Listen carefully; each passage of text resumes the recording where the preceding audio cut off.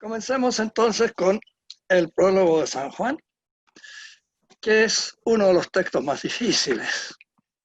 Es muy metafísico. Es la conclusión a la que llega San Juan después de tantos años, ¿no? Y ya lo vimos, qué emocionado comienza él su carta, la primera carta, ¿no? Que parece que la escribió más o menos al mismo tiempo que el Evangelio. Se supone que después del año 96 habría sido esta carta escrita y también el Evangelio. Y San Juan, piensen ustedes que el año 30 debe haber tenido unos 20 años, así que ya pueden darse cuenta de la edad que tenía. En aquella época la gente moría un poco más temprano que ahora, ¿no? Y bien, comencemos con este difícil prólogo. Leamos los primeros versículos. Al principio era el Verbo, y el Verbo estaba en Dios, y el Verbo era Dios. Él estaba al principio con Dios. Todas las cosas fueron hechas por Él, y sin Él nada se hizo de cuanto existe. Fíjense que estas primeras palabritas, Santo Tomás las comenta en 16 páginas, y páginas grandotas, ¿no? De su comentario. Ya saben ustedes que el comentario de Santo Tomás tiene más de 600 páginas, ¿no? Y solo estas 4 líneas que yo he leído, él ocupa más de 16 páginas en su comentario. Pero claro, no voy a alargarme tanto, ¿no? Fijémonos solamente en el nombre que le da San Juan a la persona que está en Jesús, ¿no? Encarnada en Jesús, que siempre en el Evangelio aparece como el Hijo de Dios, ¿no es cierto? Él habla de su Padre y se proclama, por lo tanto, Hijo de Dios. Pero nunca se llamó él a sí mismo Verbo. Entonces viene la primera pregunta: ¿cómo es posible que en ninguna parte del Nuevo Testamento, salvo en San Juan, aparece que se llame Verbo? O sea, palabra. Verbo es palabra, ¿no es cierto? Es cierto que nosotros en gramática estudiamos las palabras que indican actividad, que indican acción, que indican tiempo, las llamamos verbo, ¿no es cierto? Amar, hablar, comer, reír, son verbos, decimos. Pero la palabra en sí, lo que significa es eso, palabra, nada más. Entonces, ¿cómo decir que Dios es palabra? Ya San Agustín se planteó el problema. Cuando hace el comentario al Génesis, él dice, ¿se acuerdan cómo comienza el Génesis? En el principio, Dios creó el cielo y la tierra. Y luego sigue, ¿no? Y dijo Dios, hágase la luz. Y así sigue, ¿no? Y dijo Dios. Entonces San Agustín dice, ¿cómo si Dios no habla? Dios es espíritu puro. Los animales tienen palabra, tienen voz. El hombre, voz articulada, tiene palabra, pero Dios no. Y es una reflexión que es muy bueno tenerla presente cuando se lee la Escritura, ¿no? La Escritura no es un libro escrito para sabios, es un libro escrito para toda la gente, porque todos tienen que salvarse. Y para salvarse tienen que conocer la Escritura, entenderla, salvo que, claro, sea imposible, ¿no? Porque no ha llegado a ellos el libro, pero a nosotros que nos ha llegado, nosotros nos salvamos porque leemos la Escritura y la entendemos. Entonces la Escritura está escrita con un lenguaje muy simple para que lo entienda hasta el más simple de los hombres. ¿Y quién no entiende que Dios dice, hágase la luz, y así la crea? Fíjense que si nos fijamos bien, lo que Dios hace, primero que nada, es lo que adoran todos los pueblos en la época de Moisés. Entonces, ¿qué está diciendo Moisés allí? Miren, esos no son dioses, esos son obras de Dios. Y por eso comienza con la luz, la maravilla, ¿no? Y luego los astros, ¿verdad? Y así, todo es creado por Dios. ¿Y con qué facilidad? No necesita ningún esfuerzo, Él simplemente dice y la cosa queda hecha. Y fíjense que en los evangelios apócrifos aparece esto mismo del niño Jesús. ¿Se acuerdan que hablamos la clase pasada, ¿no? De los apócrifos. Y la gente se pregunta allá en Nazaret, ¿quién es este niño que basta decir algo para que eso suceda? ¿Se fijan? Los judíos tienen claro eso, que a Dios le basta decir algo y eso sucede. Y de ahí parte San Juan. Fíjense que de los libros de la Sagrada Escritura, los apóstoles siempre distinguen el Pentateuco, que lo llaman la ley. Y eso es lo principal. Y todo lo demás lo llaman los profetas. En la época de Jesús se hablaba así, según la ley y los profetas. O sea, el Pentateuco era el libro fundamental y comienza con el Génesis. Y San Juan va a comenzar exactamente igual a como comienza el Génesis. En el principio creó Dios, el cielo y la tierra. ¿Ven qué solemne? ¿Y qué va a decir San Juan? En el principio era el verbo. La frase es la misma, ¿no? Y entonces, ¿qué quiere decir esto? Que inmediatamente nos llama la atención, ¿eh? Que lo que ha creado todo, la palabra de Dios, esa palabra de Dios se ha encarnado en Jesucristo. Ya lo habíamos dicho la semana pasada, ¿no? El objetivo de San Juan es probar, demostrar, o mostrar por lo menos, que en Jesús vive Dios. Dios mismo está allí en Jesús. Ese es el objetivo fundamental de este evangelio.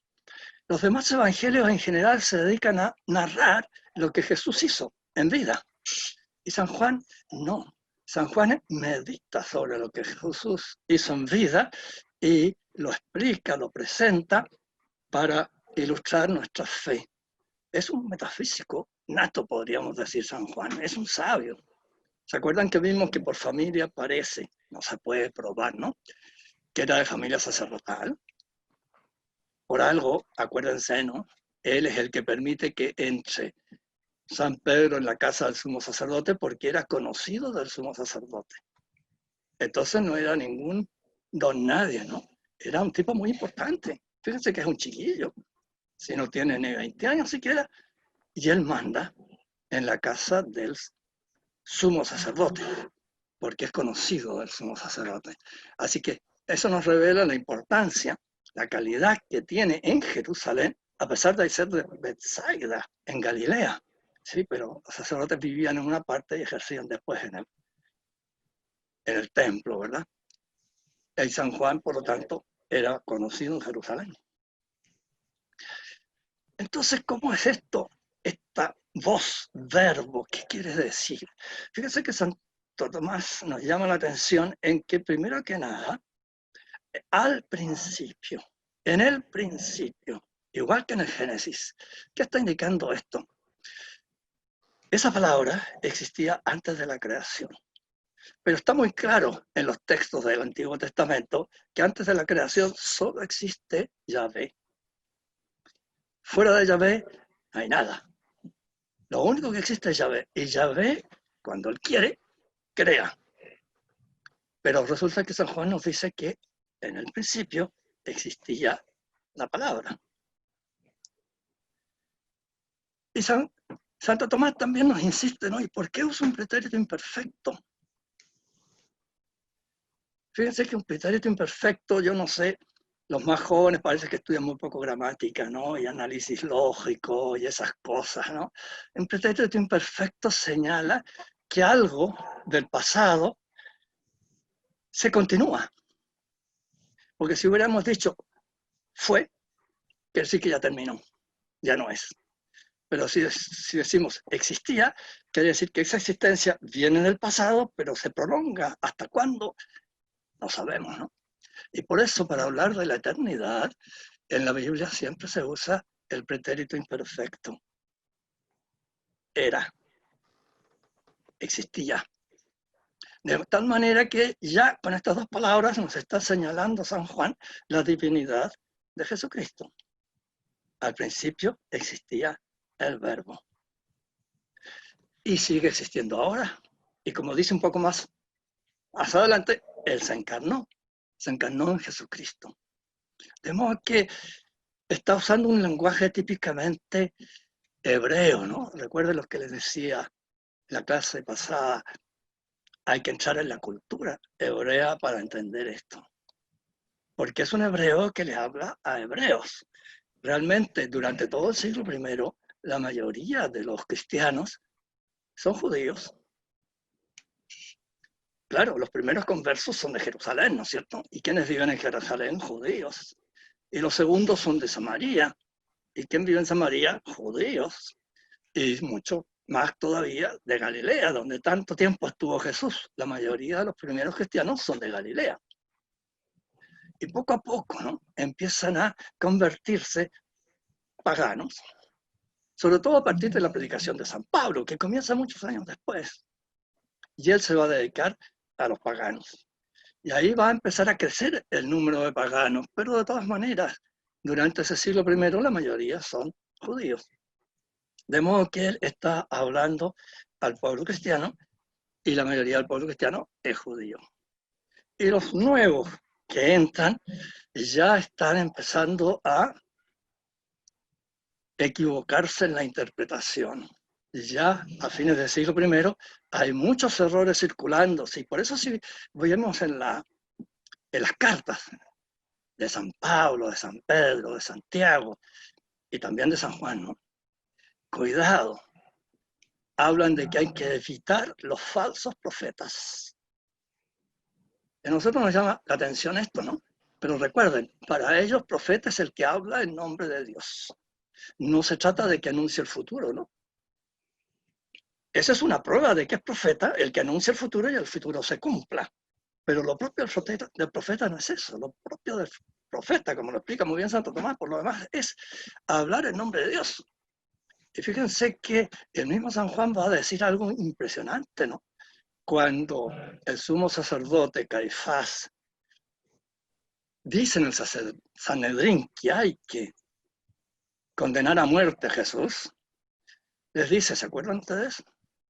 Ustedes no entienden nada, les dice a los sanedritas. Conviene que muera un hombre por la salud del pueblo. ¿Y qué comenta San Juan? Como era sumo sacerdote, profetizó ese día. Claro, lo que él dijo fue inspirado por Dios, porque exactamente, ¿por qué iba a morir Jesús? Por la salud de todos los hombres, de todo el pueblo. De modo que dijo exactamente lo que Dios quería que dijera. Fue un profeta. Por eso cuidado, ¿no? Muchas veces nosotros, si alguien viene a hablarnos, pensamos, le vamos a hacer caso siempre que él sea realmente un hombre de Dios. No, Dios usa a veces hombres muy malos para decir lo que él quiere decir. El mismo Santo Tomás dice, los profetas del Antiguo Testamento fueron instrumentos deficientes. Harto grave, ¿no? De todos los profetas, lo dice Santo Tomás, fueron instrumentos deficientes. Claro, porque la revelación va de a poco. Va de a poco. Fíjense ustedes que Abraham lo único que sabe es que una voz le habla en su interior y le dice que salga de su ciudad, de su parentela y se vaya a otra tierra que le va a dar. Y le va a dar además una descendencia numerosa como las estrellas del cielo, como las arenas del mar, lo que nunca se produjo, ¿no? Pero él creyó, por eso es que es el padre de la fe. A pesar de que nunca se cumplió lo que Dios le prometió, él lo creyó hasta el final. ¿Y se cumplió cuándo? Muchos siglos después. Abraham vive entre el siglo XX y el 18 antes de Cristo. ¿Y quién se va a apoderar de esa tierra? Josué, en el siglo tal vez 13 antes de Cristo. Fíjense los siglos que se demoró. Y la descendencia fue un solo hijo, ¿no es cierto? Pero después fue todo un pueblo. Y hoy día reconocen como padre a Abraham todos los judíos, todos los islámicos y todos los cristianos. ¿Se dan cuenta? La profecía se cumple, pero por Dios que demoró en cumplirse, ¿verdad? Así que lo importante acá es sobre todo lo que dice. Lo que dice tiene que ser verdadero y no dejar ninguna duda de que es verdadero. Y de ahí que la Iglesia ha sido siempre bien estricta antes de aprobar una supuesta aparición de la Virgen, por ejemplo, Lourdes, por ejemplo, Fátima, fueron aceptadas, pero muchos años después. Al comienzo se opuso el obispo del lugar.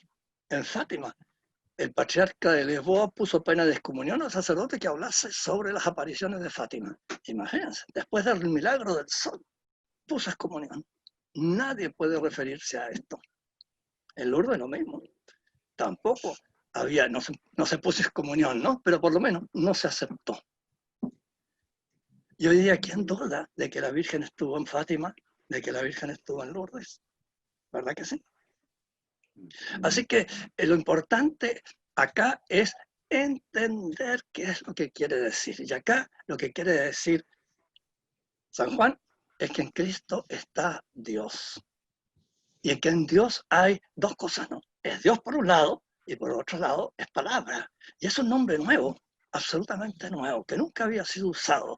Entonces, ¿cómo es posible? La palabra que es de un animal, ¿cómo es posible que se le atribuya a Dios? Y Santo Tomás explica que en realidad la palabra, claro, es un sonido nada más, pero ese sonido responde a una idea, a un concepto. La palabra es siempre significativa y Dios es inteligencia pura. Entonces, este verbo, esta palabra, hay que en realidad llamarla verbo de la mente, verbum mentis, dice Santo Tomás. Es decir, Dios es inteligente y es la inteligencia de Dios la que entra en un hombre. Ahora nosotros hablamos de la segunda persona, la Santísima Trinidad, hoy día, ¿verdad? Ese es un lenguaje muy posterior a la Biblia. Va a haber muchas discusiones, hasta que por último en Roma decían, no, vamos a usar como palabra persona. Padre, persona, Hijo, persona, Espíritu Santo, persona. Pero al comienzo no. Aquí entonces tenemos Dios y dentro de Dios una sabiduría. Y esa sabiduría se encarna en Jesucristo. Y Santo Tomás entonces se detiene a explicarnos que la sabiduría de Dios es muy distinta a la nuestra. Porque nosotros tenemos un poquito de inteligencia y esa inteligencia que tenemos nosotros comienza en cero. Es solo una facultad, es solo una potencia y no sabemos nada durante bastante tiempo, ¿no? Desde que somos concebidos hasta que empezamos a saber pasan años. En cambio en Dios no. Dios es pura inteligencia, pura intelección, pura sabiduría. Acto puro, ¿se acuerdan cómo lo llamaba Aristóteles? Acto puro de comprender. ¿Por qué? Porque fíjense que lo más noble que hay en este mundo es la vida. Y la vida significa autoposesión. Ustedes se dan cuenta, un rosal, por ejemplo, una planta, tiene una autoposesión extraordinaria. Es una cantidad enorme de elementos químicos que se juntan ahí y que se están aprovechando del ambiente. La fotosíntesis que hacen las hojas, ¿no? Reciben la luz del sol y la transforman. Y reciben el agua y las sales minerales que hay en la tierra y las transforman y con eso se alimentan. Entonces es un individuo que se posee a sí mismo. De tal manera que lo más alto que hay en la creación es la vida. Sí, pero la más alta vida es la inteligencia. Porque la inteligencia no solo se posee, ¿no? Sino además que sabe que se posee, que es una segunda manera de poseerse. El animal también se posee, ¿no? Igual que el vegetal. Y como tiene algún conocimiento, logra aprovechar mejor todo lo que lo rodea, todas sus circunstancias, en provecho propio. Y así vive. Pero la inteligencia hace mucho más que eso, porque se conoce a sí misma. Entonces, ningún animal puede decir yo soy yo. En cambio, nosotros no podemos dejar de saber de que yo soy yo. No solo pensamos, sino que al mismo tiempo estamos muy conscientes de que estamos pensando. No se puede pensar sin saber que se está pensando. Es imposible. O sea, la inteligencia está poseyéndose a sí misma de una manera muy, muy especial. Entonces es el máximo grado de vida la inteligencia. Y como Dios es el máximo grado de vida, es inteligencia. Pero no como potencia, no como facultad, sino que como acto puro, como ya enseñó el viejo Aristóteles, ¿verdad? De modo que todo esto está enseñando San Juan con esta primera palabra, ¿no? En el principio existía el verbo, existía la inteligencia, existía la sabiduría, porque esa inteligencia es sabiduría en acto. Y esto nos lleva a otro texto del Antiguo Testamento, que les voy a leer, libro de Proverbios de Salomón. ¿Cómo presenta Salomón la sabiduría? Sin duda, San Juan tenía esto en la cabeza, claro. Los judíos de aquella época, sobre todo los cultos, se sabían la Biblia de memoria, porque toda su educación era leer la Biblia. Y todas las reuniones era leer la Biblia. Así que conocían muy bien la Biblia. Abramos Proverbios, capítulo 8. Está hablando de la sabiduría. ¿Y qué dice Salomón?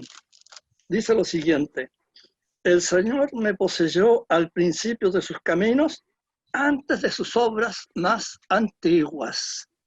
¿Ven? Antes de la creación, Dios posee la sabiduría.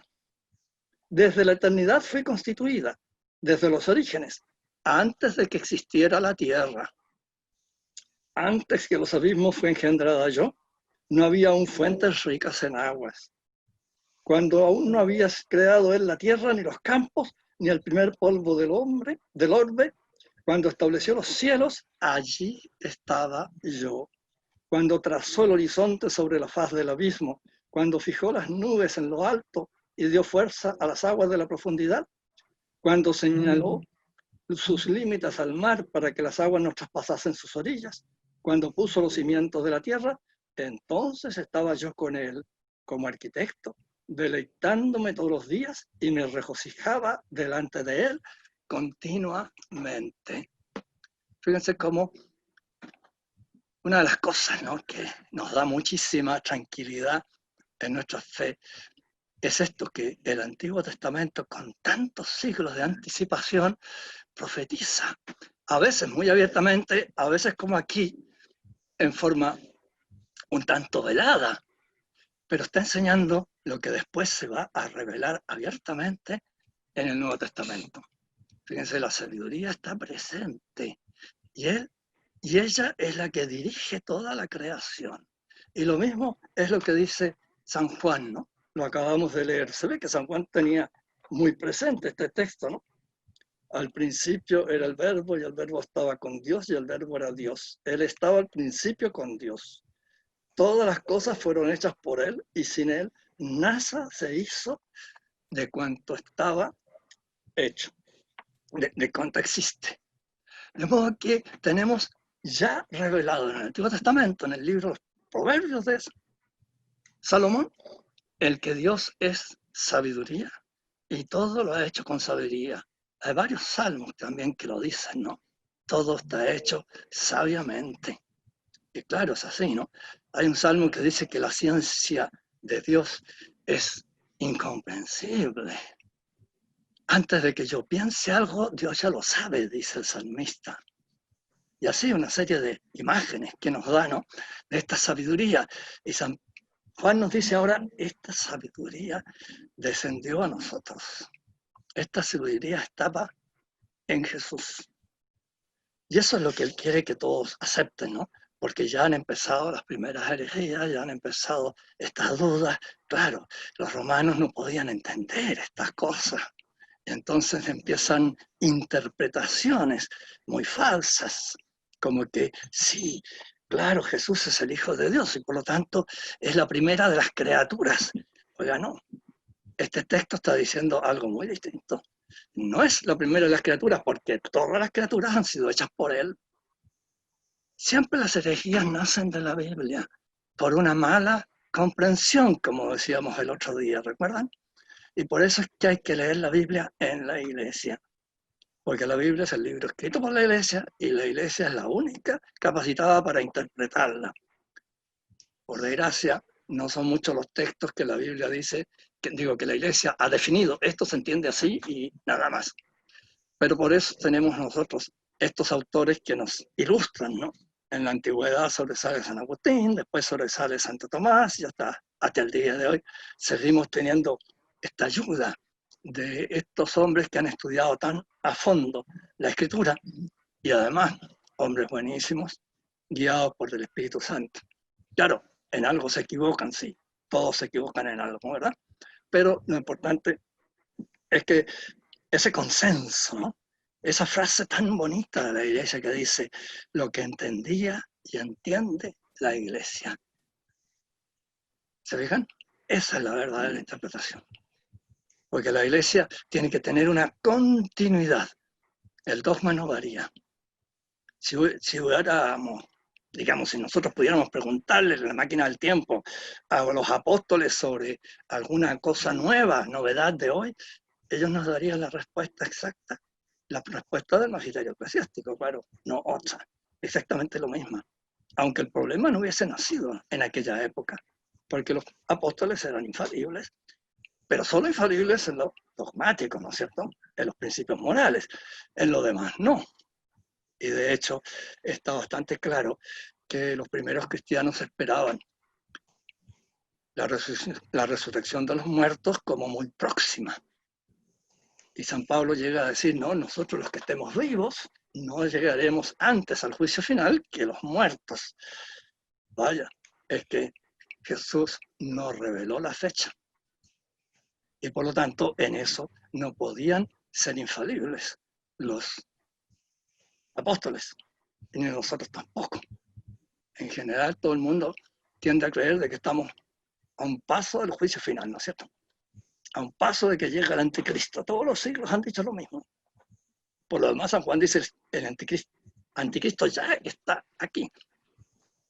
Claro, todos los enemigos de Dios, todos son anticristo.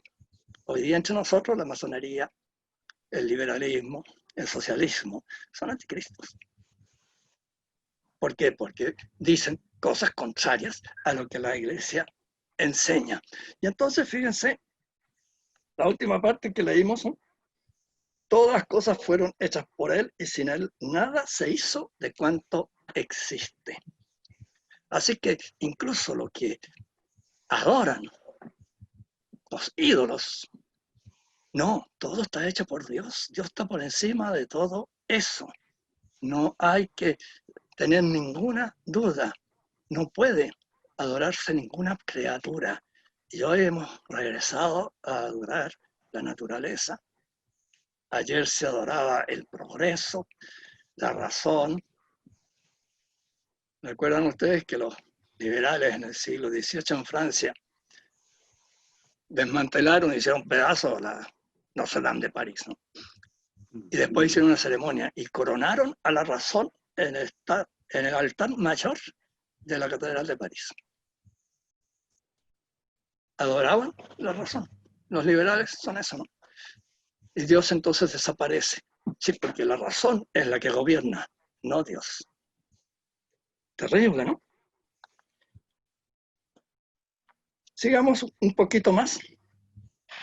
Y dice, en él estaba la vida, y la vida era la luz de los hombres. La luz brilla en las tinieblas, y las tinieblas no la recibieron. Ahora ya baja a la encarnación, ¿no es cierto? En él estaba la vida, y la vida era la luz de los hombres. Nos llama mucho la atención a nosotros este modo de hablar, pero es muy típico del Antiguo Testamento. Hay una especie de equiparación entre vida y luz. De hecho, la palabra luz se usa mucho para significar la comprensión intelectual. Uno no entiende algo, dice, no, yo no veo ¿a dónde vas tú con esto que me dices? No veo. Por supuesto que no se refiere a la visión de los ojos, ¿no? Se refiere a la inteligencia. Estamos siempre usando la palabra luz y la palabra ver como sinónimos de inteligencia. Y en este caso también. Cuando dice que en él estaba la vida y la vida era luz, la luz de los hombres, se está refiriendo a la vida de la inteligencia y a la luz de la inteligencia también. Claro, porque Jesucristo es la sabiduría de Dios encarnada. Ahora, cuando él dice que la sabiduría estaba en Dios, eso es algo bastante impresionante, porque lo dice de una manera que gramaticalmente es incorrecta. Claro, eso nosotros no sabemos mucho porque ni sabemos griego ni sabemos arameo, que sea ha sido la lengua original de San Juan, ¿no? Pero él usa una partícula que solo se usa con verbos de movimiento. Cuando dice estaba, y algunos traducen junto a Dios, otros traducen en Dios, y no se sabe cómo traducir esa frase porque hay ahí un error gramatical muy curioso. Y los expertos llegan a la conclusión de que lo que quería decir San Juan, y por eso usó esta expresión que nos extraña tanto, es que esa sabiduría era íntima a Dios. La palabra es íntima a Dios. Está en Él, pero no estáticamente, sino dinámicamente. Penetra completamente a la divinidad. Pero se distinguen, ¿no? Se distingue a Dios de la sabiduría, de la palabra, pero la palabra está completamente interiorizada en Dios. Eso parece lo que Él quiere decir. Entonces Jesús es plenamente divino. Eso es lo que nos quiere decir San Juan con estas expresiones que nos llaman la atención. E incluso gramaticalmente no sería del todo correcto la fórmula que él usó. Pero es que es para hacer resaltar esta intimidad del verbo, de la palabra, de la persona que hay en Jesús. Esta intimidad con Dios. Ambos son Dios. Y sin ser exactamente lo mismo, porque Dios, el Padre, engendra al Hijo, ¿verdad? Entonces hay que distinguir, pero no hay que separar. Por eso la palabra persona no es la más indicada, porque cuando nosotros pensamos en una persona, pensamos en un individuo completamente independiente, ¿verdad? Incomunicable con cualquier otro. Y en cambio, aquí hay una comunicación constante entre las tres personas de la Santísima Trinidad. Y los griegos no usaban la palabra persona y hubo una tremenda discusión en la época imperial, ¿no? Entre los griegos y los latinos. Los griegos rechazaban absolutamente la palabra persona y pensaban en usar otra palabra, en fin, depende de los autores. San Orígenes, por ejemplo, llamaba fuerza. El Padre es una fuerza, el Hijo es una fuerza, el Espíritu Santo es una fuerza. Son tres fuerzas en Dios. Ese es el lenguaje que él usó. Él es del siglo III, fin del siglo II y comienzos del siglo III. Murió en el 250 más o menos. El gran profesor de Alejandría, tan famoso que hasta la madre del emperador lo invitó a que fuera a darle lecciones cuando vivió un tiempo en Antioquía. Y de Alejandría tuvo que partir Orígenes a Alejandría a enseñarle a la madre del emperador. Vaya éxito, ¿no? Increíble el éxito de este famoso padre de la iglesia, Orígenes. Así que lo que nos quiere inculcar aquí San Juan siempre es la divinidad de Jesús, como decíamos al comienzo, ¿no? Y comienza él diciéndolo con toda solemnidad, tal como comienza el Génesis. Y así lo va a decir, indicando la distinción por un lado, pero por otro lado, esa intimidad que hay entre el Padre y el Hijo, entre Dios y su sabiduría, que no son separables en ningún momento y de ninguna manera. Claro, el mismo San Juan va a decir en el Evangelio que Jesús dijo, el Padre y yo somos una sola cosa.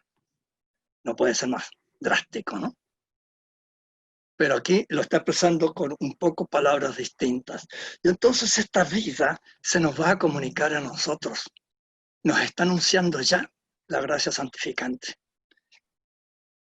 En él estaba la vida, y la vida era luz de los hombres.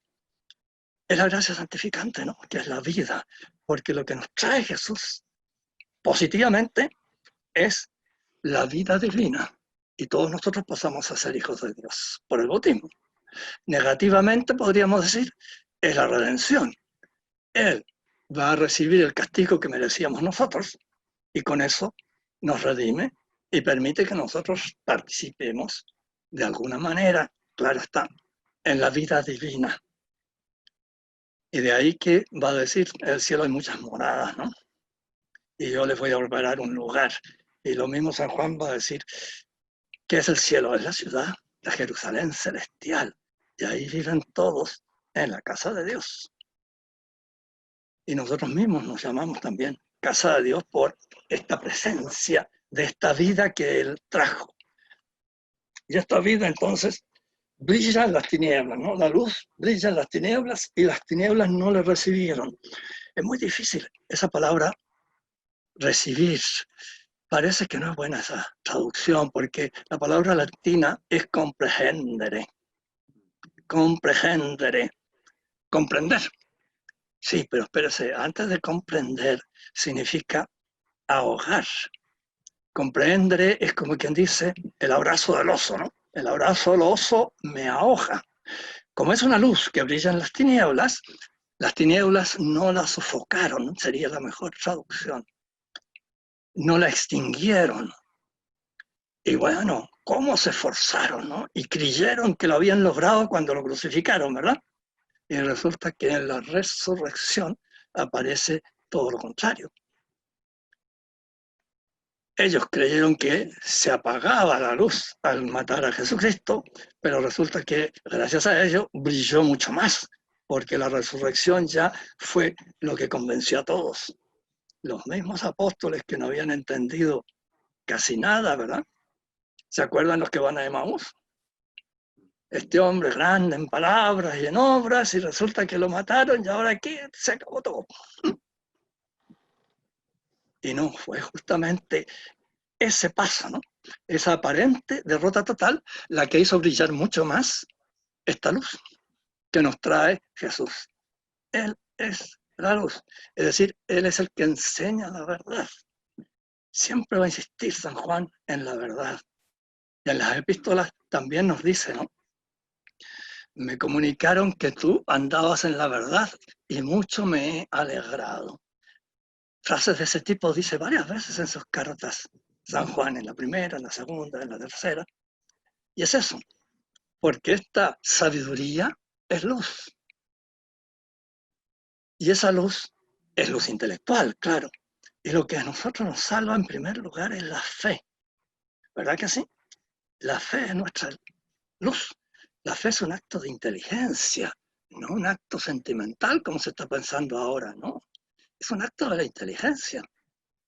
Es un acto de la inteligencia en que se acepta como verdadero algo, aunque yo no lo comprenda, pero el que me lo dice sí lo comprende.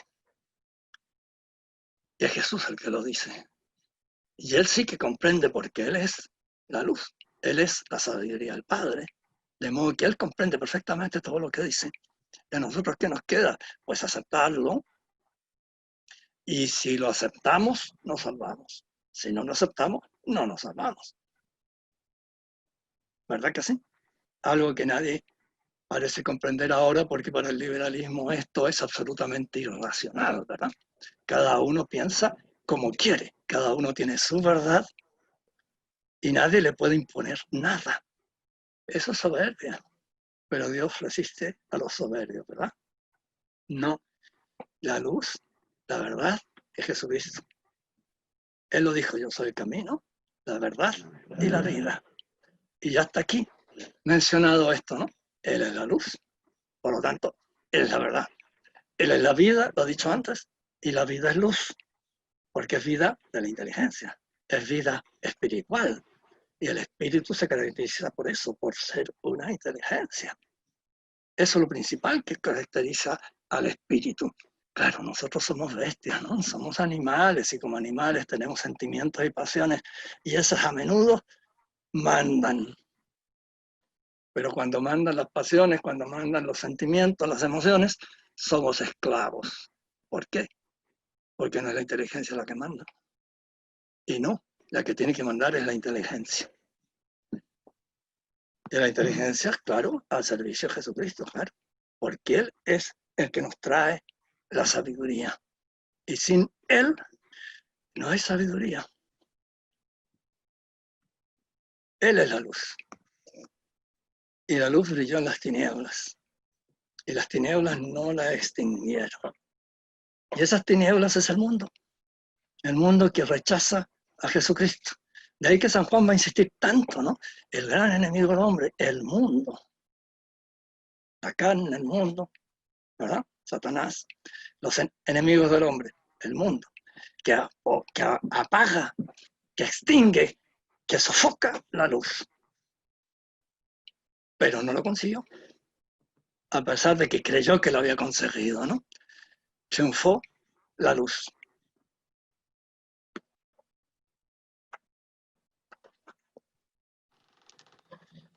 Pasa enseguida San Juan a hablar de su primer gran maestro, ¿no? El primer gran maestro de San Juan fue San Juan Bautista. ¿Se acuerdan? Supongo que todos lo recordarán, ¿no? Entonces, versículo 6. Hubo un hombre enviado de Dios llamado Juan. Este vino como testigo para dar testimonio de la luz, para que todos creyesen por él. No era él la luz, sino para dar testimonio de la luz. Hay que recordar que San Juan tuvo un éxito extraordinario. Hasta el Sanedrín mandó delegados a que hablaran con San Juan y preguntarle quién era. Y San Juan va a responder, ¿no? Y por último, desgraciadamente, claro, tenía que dejar el paso a Jesucristo y muere al comienzo de la predicación de Jesucristo. Pero San Juan recuerda a su maestro, ¿verdad? Pero claro, aclara, él no era la luz, él era el testimonio de la luz. Hubo muchos judíos que fueron discípulos de San Juan, del San Juan Bautista, ¿verdad? Que se bautizaron en el Jordán. E incluso San Pablo se encontró mucho después en Asia, en lo que hoy llamamos Turquía, ¿no? Bastante lejos.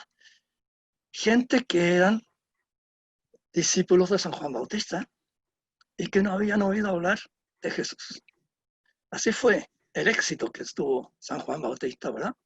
Muchísima gente creyó en él, pero él ¿qué hace? Dar testimonio de la luz. Él es el que presenta a Jesucristo. Ese es el Cordero de Dios, ¿verdad? Lo va a decir San Juan. Y San Juan, ahora San Juan Evangelista, recuerda en este momento a su primer maestro. Debe haberlo querido mucho, ¿no? Como para recordarlo en este momento tan solemne, en esta introducción que le está haciendo al Evangelio, que es, como lo hemos visto ya, particularmente solemne, por el modo como comienza, igual que el Génesis, etcétera, todo lo que hemos dicho acá.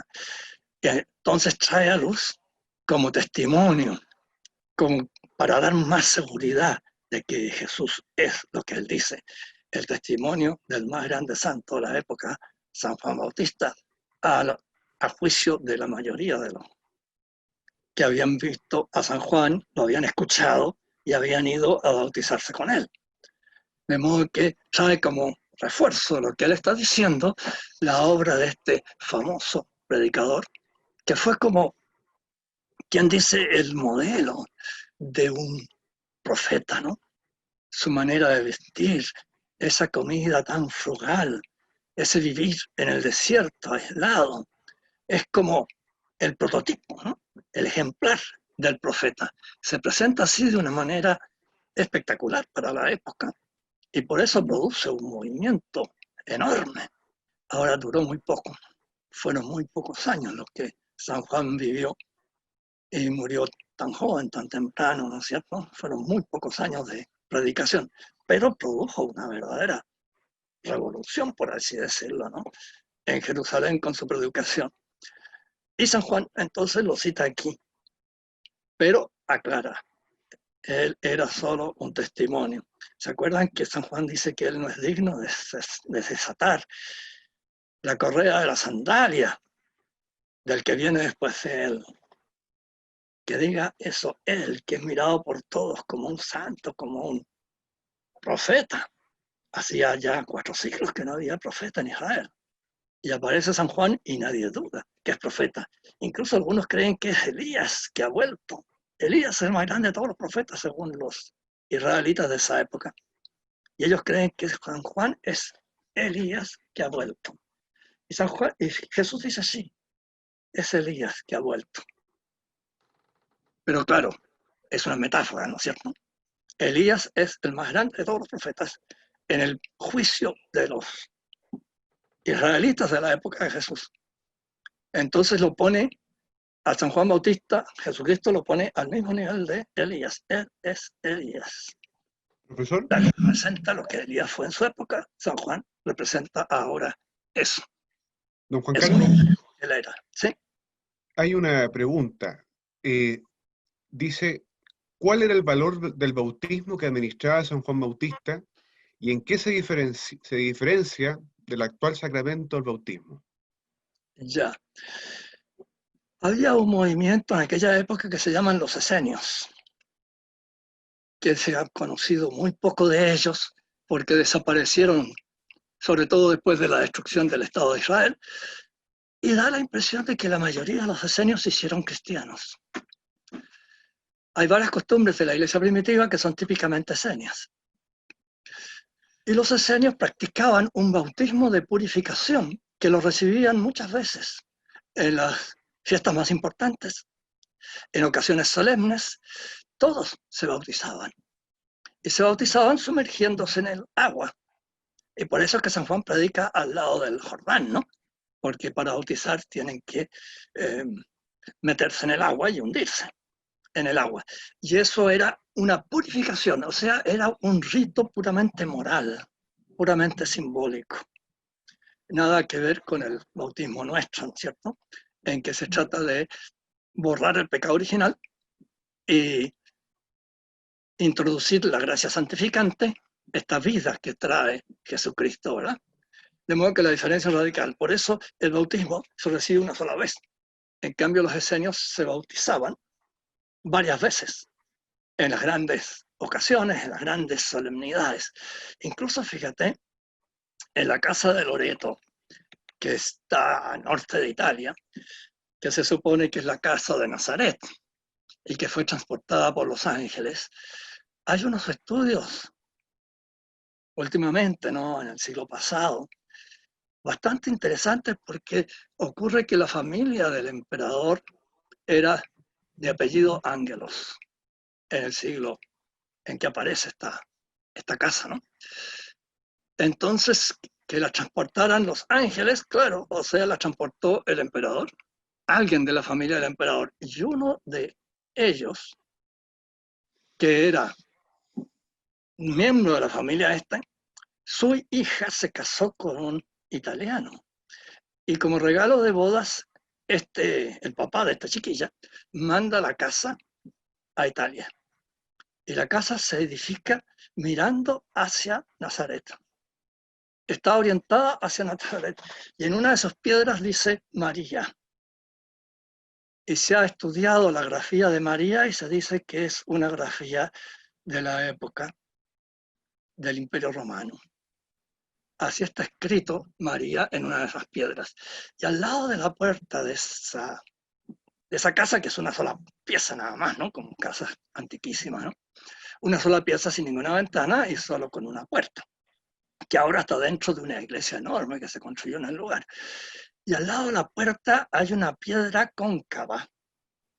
¿Qué será eso? Pues era típico de los esenios para bautizarse.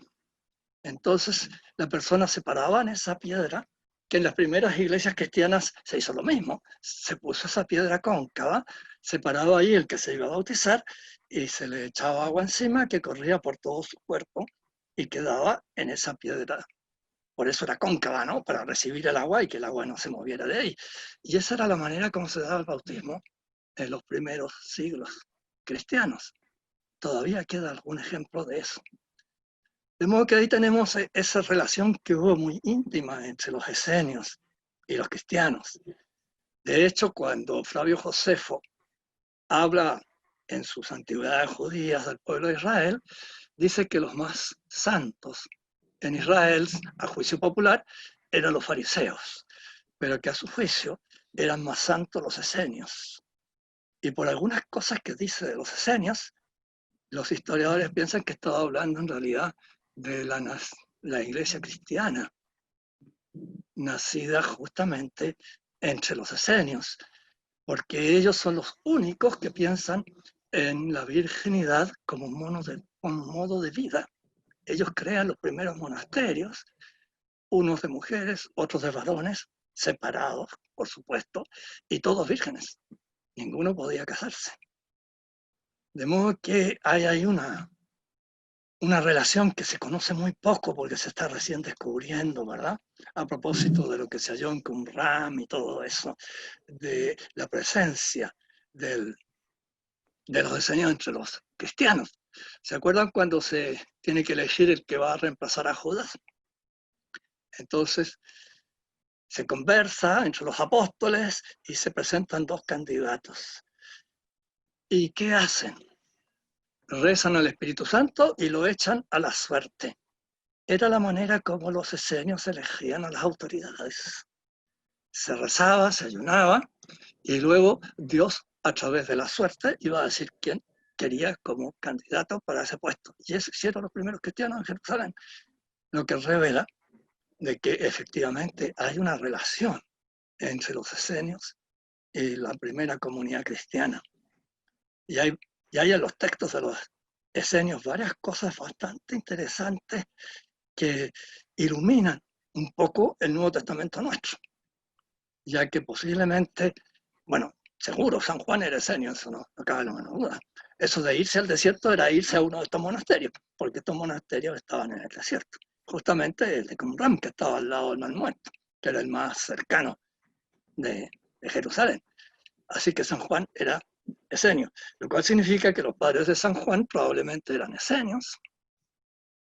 Entonces, José y María deben haber sido esenios también. Pero en fin, todo eso está discutido, ¿no? Se sabe muy poco. Y me parece que ya llegamos a la hora, ¿no? Van a ser las 8 de la noche ya. No quiero hacer que después lleguen atrasados a comer, ¿no es cierto? Tienen que preparar la comida y todo lo demás, ¿no? Así que me parece que podríamos terminar aquí. Bueno, avanzamos poco, pero es que el prólogo de San Juan es pesado, ¿no? Es difícil. Exactamente. Es de una profundidad, lo que yo he dicho aquí es bien poco, ¿no? Recuerden 16 páginas para las primeras frases, versículo primero y segundo de este texto, y nosotros llegamos al versículo octavo. Hombre, demasiado. Bueno, me parece que Muchas es gracias, don Juan Carlos. suficiente por hoy. Aquí, ¿Hay otra aquí pregunta? sí, hay otra pregunta. Dice, ¿tiene algo de cierto que a petición de los obispos de Asia, San Juan escribe su evangelio con Cerinto y otros herejes, especialmente para refutar el error que empezaba a extender los ebionitas, negando la divinidad de Jesucristo? Efectivamente, este mismo prólogo viene por eso. Y el mismo San Juan en sus cartas va a decir que a los falsos profetas, o sea, lo que nosotros llamamos herejes, no hay que ni siquiera saludarlos. Tremendo, ¿no? Ni siquiera se puede saludar a un hereje. Claro, hay que meterse en la cultura de la época, ¿no? El saludar era muy distinto que nosotros. Nosotros saludamos, hola, ¿qué tal? Y seguimos. No era así en esa época, ¿no? Esto me recuerda una metida de pata, digamos, de un misionero yanqui que cuenta que va a Japón y con criterio yanqui, ¿no? Poco después de la Segunda Guerra Mundial. Entonces se encardina en una parroquia y decide conocer a todos los feligreses. Entonces pide la lista de los feligreses y son tantos y dice ya, entonces. Y va casa por casa y está media hora en una casa y pasa a la otra y a la otra y a la otra, ¿sí? Y al poco tiempo lo llama el superior, el párroco, y le dice, ¿qué está haciendo usted? Que todo el mundo viene a reclamarme, viene a preguntarme por qué el nuevo sacerdote los odia tanto. Y el jesuita, el sacerdote este queda helado, ¿no? Dice, pero ¿cómo puede ser esto si yo lo que he hecho es ir a visitar a toda esta gente a sus casas? Así le dice el párroco, ¿y cuánto tiempo estuvo usted en la casa? Bueno, una media hora, algo así. Pero no se da cuenta usted que eso es una manera de insultar al dueño de casa. Si usted va a una casa, tiene que estar 2 horas. y si no, es un insulto. Entonces, claro, todos han venido a protestar aquí, a preguntar, ¿por qué está tan enojado este padre que recién llegó con nosotros? Lo que es una cultura y otra, ¿te fijas? Eso de saludar en aquella época no era un hola, ¿qué tal? ¿No? No, era toda una cosa mucho más espectacular, diríamos nosotros, mucho más amplia. Como esa visita, ¿no? Si uno va a visitar a una familia, tiene que estar 2 horas con ellos. Además, le van a ofrecer té, qué sé yo, una bebida, algo así, hay que rechazarlo. Y hay que rechazarlo 4 o 5 veces. Imagínate cómo era la cultura japonesa, bueno, estoy hablando yo de 1945, 50, por ahí, no sé ahora si sigue siendo así, pero te das cuenta de lo tremendo que es pasar de una cultura a otra. Totalmente. Tenemos una última pregunta. Dice, los versículos 7º y 8º dicen, comillas, este vino para un testimonio, para dar testimonio de la luz, para que todos creyeran por él. No era él la luz, sino quien debía dar testimonio de la luz. El él, de que, comillas, todos creyeran por él, ¿hace referencia a Juan o a Jesús? Juan. Juan es el que hace que la gente crea en Jesús. Es la experiencia de San Juan. Cuando, digamos, San Juan Evangelista, ¿no? La experiencia de San Juan es que él está muy cerca del Bautista y pasa Jesús y el Bautista dice, ese es el Cordero de Dios que quita los pecados del mundo. Y entonces San Juan dice, hombre, Andrés, creo, con Andrés. Y parten los dos, Juan y Andrés, detrás de Jesús. Y Jesús va caminando y ellos detrás. Y Jesús de pronto se da vuelta y les entabla conversación. Y entonces ellos les dicen, ¿dónde moras? Y él dice, venid y ved. Y se quedaron todo el día con él. O sea, tú estás expresando la experiencia que él tuvo. San Juan dijo, este es el Cordero de Dios. O sea, dio testimonio a la verdad, ¿no es cierto? Y San Juan y Andrés, y sí, Andrés creo que fue, salieron a verlo. Lo curioso es que no hayan ido nadie más que ellos dos. Raro, ¿no? Bueno, es que todos estaban entusiasmados con San Juan y no se fijaron en que el otro era más importante, ¿no? Ya lo había dicho San Juan, ¿no? Conviene que él crezca y yo disminuya. ¿Te fijas? Así que esa experiencia personal de San Juan, él creyó en Jesucristo porque Juan el Bautista les dijo, ese es el Cordero de Dios. Y esa expresión Cordero de Dios es bastante curiosa, porque, pero en fin, ya esto es para otra clase, ¿no? Ya llegaremos a esa parte y ahí explicaremos el sentido de Cordero de Dios. Perfecto. Muchas gracias, don Juan Carlos. Bueno, muchas gracias a ustedes. Y aquí podemos ver que, contrario a lo que decía Bertrand Lord Russell, que los evangelios están escritos por ignorantes, claramente el Evangelio de San Juan dista muchísimo de ser un libro escrito por un verdadero ignorante, todo lo contrario. Todo lo Muchísimas contrario, gracias claro. y quedan, por supuesto, convidados, invitados para la próxima clase que va a ser el próximo martes, como siempre, a las 19 horas. Muchísimas gracias. Gracias a ustedes.